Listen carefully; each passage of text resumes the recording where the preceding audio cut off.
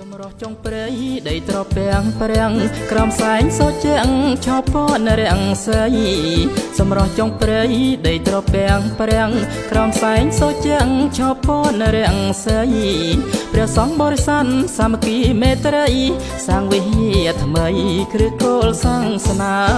អតីតបច្ចុប្បន្នសោភ័ណ្ឌប្រណិតអេសីមានរិទ្ធប្រទាំងសេងឡាអតីតបច្ចុប្បន្នសោភ័ណ្ឌប្រណិតអេសីមានរិទ្ធប្រទាំងសេឡាចងស្រាក់ចិត្តមួយថ្លាមួយគៀងស្មាអត់ប្រែចិនដាការពីគេម្ដាយបុព្វធម៌ត្រចាំងលលអាកនឡងក្បោក្បាញ់ច្បាស់ច្បងក្រងប្រវត្តិថ្លៃបុព្វធម៌ត្រចាំងលលអាកនឡងក្បោក្បាញ់ច្បាស់ច្បងក្រងប្រវត្តិថ្លៃគំនូបុរាណចាចំដួងใจឥតមានកាល័យឆ្នៃខងដំរាសមិទ្ធផលថ្មីល្បាញល្បីសមសាំងចុងព្រៃស្មោះស្ម័គ្ររាំងគេខែមរា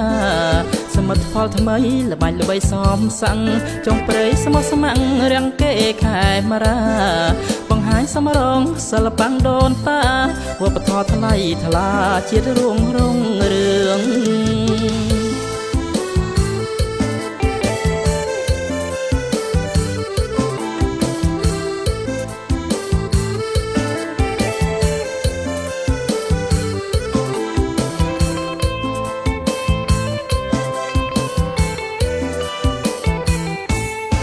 សម្រស់ចុងព្រៃដីត្រពាំងប្រាំងក្រំសែងសូជាងឆោពណ៌រាំងស្អីសម្រស់ចុងព្រៃដីត្រពាំងប្រាំងក្រំសែងសូជាងឆោពណ៌រាំងស្អីព្រះសង្ឃបរិស័ទសាមគ្គីមេត្រីសាងវិហារថ្មីគ្រឹះគោលសាសនាអតីតបច្ចុប្បន្នសោភ័ណ្ឌប្រណិតអេសីមានរិទ្ធប្រទាំងសេងឡាអតីតបច្ចុប្បន្នសោភ័ណ្ឌប្រណិត